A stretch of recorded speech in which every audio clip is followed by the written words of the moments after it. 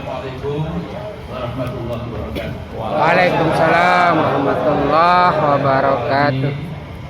Wassalatu wassalamu ala asyrafil anbiya'i wal mursalin wa ala alihi washabbihi ajmain. Pak Bupati yang kita hormati, kita cintai, dengan rombongan yang juga kita hormati, perangkat DPP Partai Umat, Pak Rito Ahmadi dan para wakil, sekjen dan lain-lain. Kemudian tentu saudara-saudaraku, sahabat-sahabatku, cita-cita seperjuangan dari DPD Partai Umat Kabupaten Bekasi dengan cabang-cabang yang telah hadir dan sebagian ranting yang sudah hadir di sini. Saya tadi mencermati tidak bersangkutan Pak Bupati, itu kesimpulan saya, beliau ini orang yang paham kehidupan. Karena beliau selalu mengatakan mencari hasanah fid dunya dan hasanah fil akhirah. Itu tanda orang beriman itu adalah bahwa selama di dunia ini apakah dia berdagang, berpolitik, bermiliter, ber-LSM, berbisnis, bertani, itu selalu ya dicantolkan ya dengan kehidupan ukhrawi yang lebih langgeng, lebih abadi, lebih indah, sehingga itu membedakan kita orang beriman dan mereka yang kebetulan tidak mendapatkan hidayah iman itu. Nah, saya akan sedikit mengulas Maulid Nabi kita ini ya. Jadi ingat, nama Muhammad itu adalah the most frequently spoken name in the whole world. Nama Muhammad itu adalah nama yang paling banyak, paling sering diucapkan di muka bumi ini, mengalahkan semua nama. Jadi telinga kita ini itu setiap hari mendengarkan 15 kali wa asyhadu anna Muhammadar Rasulullah. Yang belakang nggak kelihatan tolong. Kemudian kita juga syahadatain juga lagi-lagi Agak-agak dudukan dikit. Nabi kita. Belakang nggak kelihatan. Ya. Kemudian saudara, tahun 78 itu ada seorang non muslim, seorang Kristen, dia seorang filosof, seorang ahli matematika, seorang ahli future affairs, masa depan yang akan datang itu, namanya Michael Hart. Dia menerbitkan buku namanya The 100 A Ranking of the Most Influential Persons in the Human History. Jadi ini orang Amerika, bukan Muslim, tapi dengan telaah filosofisnya, telaah ilmu masa depannya, telaah sosiologisnya, dia juga seorang mathematician, seorang ahli eksakta juga. Dia mengatakan dari 100 tokoh sejak Adam sampai sekarang, yang nomor 1 itu namanya Muhammad SAW. Nabi Isa di bawah, bahkan Nabi Musa di bawah, Ibrahim di bawah. Jadi ini menunjukkan bahwa Nabi kita itu memang Nabi pamungkas yang paling lengkap membawa hidayah untuk kita semua. Sehingga kalau kita tidak ingin menyeleweng dari kehidupan kita, maka setelah Allah kita jadikan kehidupan kita, patokannya itu adalah sunnah Muhammad SAW. Nah, jadi Nabi itu sudah meninggal kita 14,5 abad yang lalu. Bahkan sekarang di dunia barat pun nama Muhammad itu semakin mendesak nama-nama yang lain. Tahun 1924, itu sudah hampir 1 abad yang lalu, di Inggris itu ada studi yang melihat nama-nama bayi yang lahir yang ada di seluruh Britain, ya, British Kingdom. Maka yang pakai nama Muhammad dari 100 itu nomor 91. Jadi yang pakai nama Muhammad itu masih minoritas. Tapi sekarang sudah nomor 12 di negara Kristen, di negara Yahudi, di negara multikultural seperti Inggris itu. Karena itu saya akan menyampaikan beberapa hal yang penting dalam pertemuan kita pada hari ini. Jadi kita diberitahu oleh Al-Quran dalam Al-Isra ayat 9, Inna hadzal Qur'an yahdi lillati hiya aqwam wa yubashshirul mu'minina alladhina ya'maluna shalihat anna lahum ajran kabira. Sesungguhnya Quran ini, kata Allah, akan menunjukkan kepada jalan yang akwam, yang qawim, yang lurus, yang solid, yang sentosa, yang unbreakable. Ya. Kemudian Quran juga memberitahu kepada orang beriman dan beramal soleh bahwa mereka akan mendapatkan ajron kabiro. Nah, kemudian kita ini dalam Al-Quran disebut khairul ummah. Tapi juga disebut juga ummatan wasatah. Jadi di dalam dalam Ali Imran 115 Allah berfirman, kuntum khaira ummatin ukhrijat linnas ta'muruna bil ma'ruf wa tanhauna 'anil munkar wa tu'minuna billah walau amalu kitabillah kana khairan lahum minhumul mu'minun wa aktsarumul fasiqun. Singkat kata, kita umat Nabi itu disebut sebagai sebagus-bagus umat, the best group of humankind, that the other groups can make us as their reference.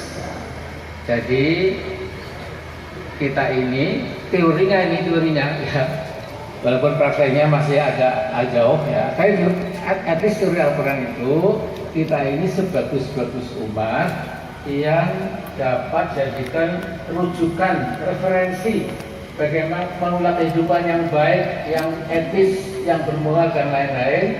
Lihatlah umat Islam itu. Nah, ini menurut Ali Imran.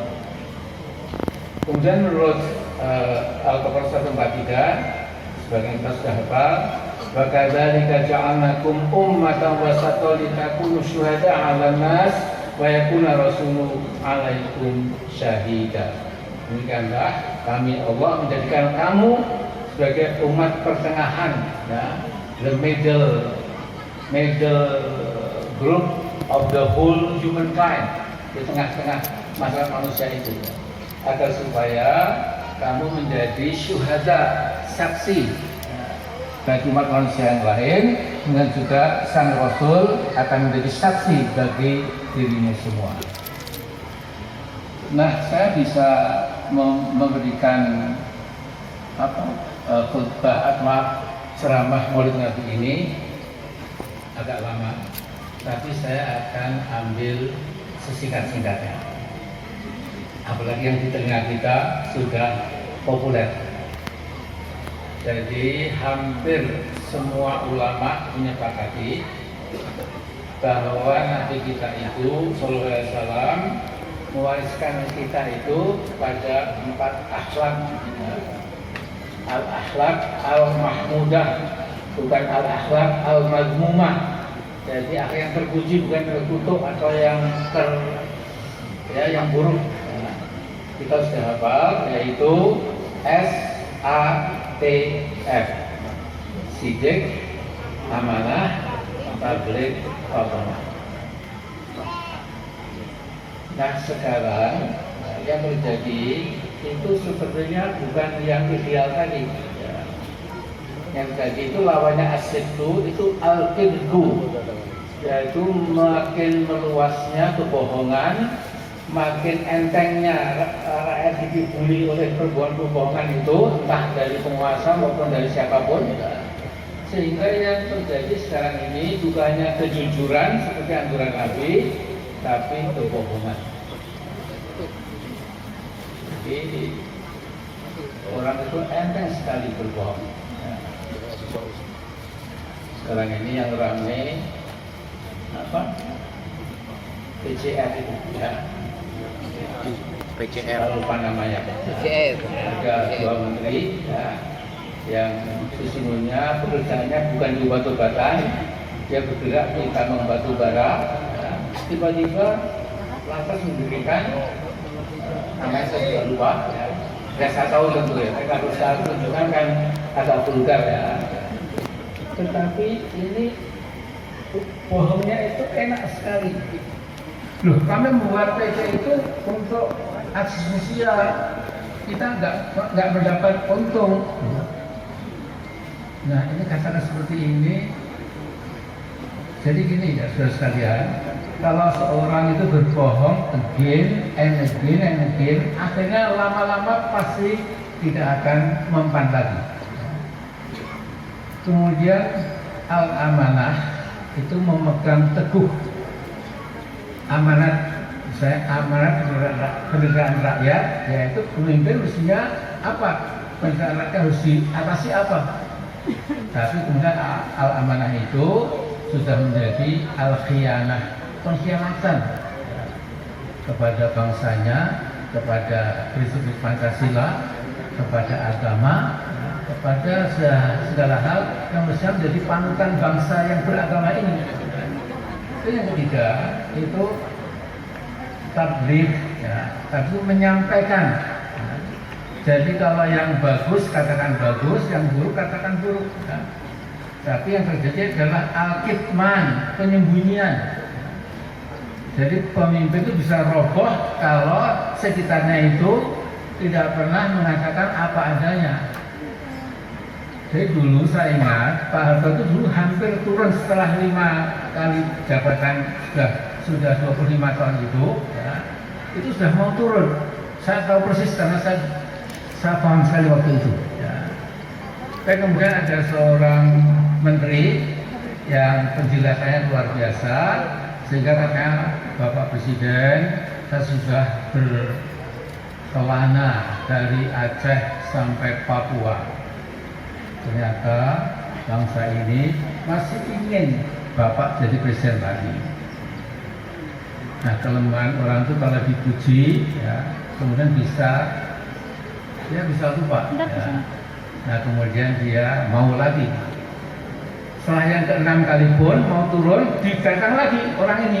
Pak, masih bagus Pak, Bapak hebat, top, markoto Pak, bagus gitu. Ya. Kemudian akhirnya ya kita lengserkan bersama-sama. Ya. Jadi tabligh itu misalnya menyampaikan apa adanya, kemudian diganti dengan hikmah. Nah, kemudian yang keempat, ya, Nabi itu mewariskan pentingnya al-fawqanah, cerdas, jalmo lintas, perapat tamat kata orang Solo. Kalau kata orang Sunda saya tidak tahu. Ya.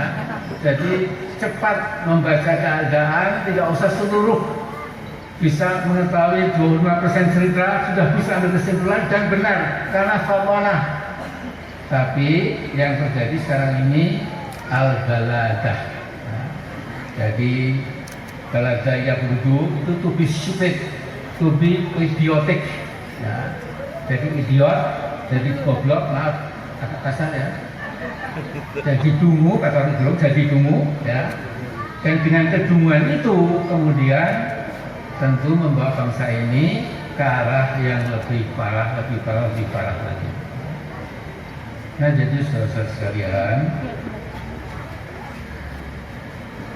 saya bisa cerita sedikit saja.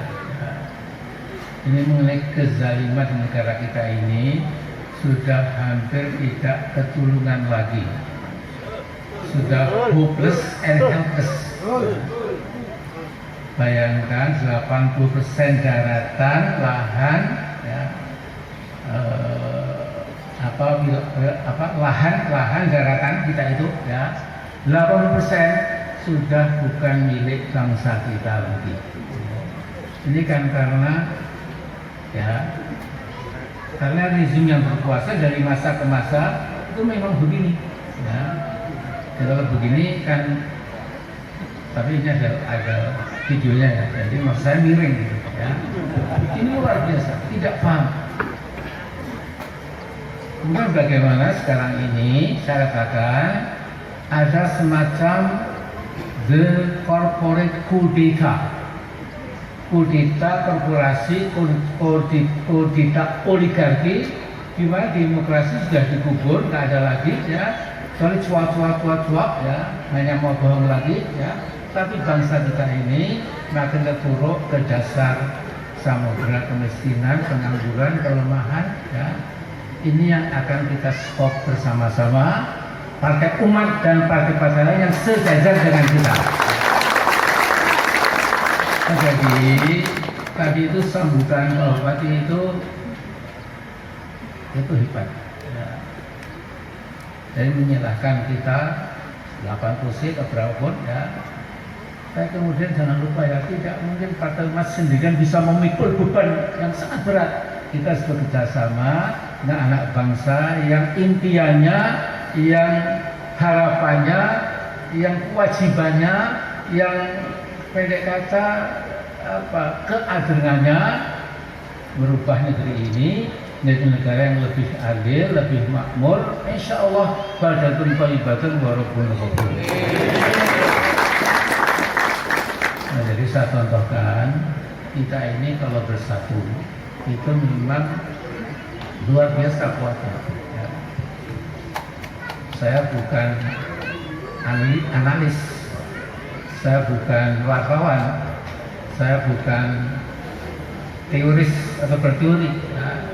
Tapi saya pelaksana sejarah. Ya. I was there, I was in the center of the national political struggle. Ya. Bayangkan waktu itu karena ya Muhammadiyah, ya NU, ya HMI, ya PII, ya Golkar yang Islam, ya militer yang Muslim dan lain-lain bersatu, ya, bukan untuk memborong untuk apa merebut, bukan, ya, untuk merebut kuasa yang bagi-bagi, bukan, ya. Tapi untuk bagi negeri ini lihatlah. Ini baru satu generasi yang lalu, jadi ini masih bisa kita ulangi insya Allah. Bayangkan ketua MPR-nya itu mantan ketua umum PP Muhammadiyah, ketua DPR-nya mantan ketua PBHMI, presidennya mantan ketua PBNU. Bayangkan. Dan dulu Pak Hamzahas hampir jadi wapres. Saya bilang, wah Pak Hamzahas, kalau nanti Anda jadi Cawapres, itu nanti PDIP kan 34%. Nanti apa kata dunia? Jadi Megawati kita kasih jatah. Ya. Begitu kuatnya kita seperti bisa memotong-motong kekuasaan kalau kita bersatu padu, kalau kita memegang Al-Quran. Jadi saudara, kita ini kadang-kadang lupa bahwa ikhtilaf dan tafarruq itu dosa besar. Ya. Setelah watakum minkum itu, ayat selanjutnya itu wala takunu kalladzina tafarraqu wa ikhtalafu bima ja'ahumul bayyinat wa ulaika lahum adzabun adzim. Ya. Janganlah kamu berfirqah-firqah, ya, dan ikhtilaf, jangan. Ya. Karena sesungguhnya itu adalah dosa besar. Ya. Jadi kalau ada orang mengatakan al-ikhtilafu baina ummati rahmatun, ya itu orang gila. Ya. Nggak ada dasarnya. Yang dipompakan oleh sontoloyo-sontoloyo itu kemudian tertanam, bahkan dalam training kasus mahasiswa itu diulang-ulang. Ya, supaya kita ikhtilaf karena katanya nuzoks des opinions, yaitu la vérité. Benturan-benturan ikhtilaf opini akan melahirkan sesuatu yang 2 meter ada bendera partai umat kita ini. Ya. Kemudian saya lihat tadi kok banyak sekali tumpeng. Ya Pak, ini makhluk tumpeng tidak minta siapa masing-masing dari kalian. Nah itu yang akan membuat kita kuat. Ya. Kalau kita alias sufla, bukan paring-paring minta, ya, itu kita aib. Ya. Jadi minta istilah Pak Ustadz Sambu itu, ya, al-yadul ulya akramu min yadis sufla, al-yadul ulya khairun min al-yadis sufla. Jadi memberi walaupun sedikit lebih unggul daripada hanya sana kemari. Nah, kita tahu sekarang umumnya ini ada unsur buta, ada sebagian habaib, sebagian ustadz, sebagian kiai haji, sebagian LSM, sebagian politisi gitu. Itu yang pekerjaannya hanya kesana kemari meminta, dan tentu oligarki dengan senang sekali akan memberikan mereka, akhirnya kita dikendalikan oleh oligarki itu. Ya.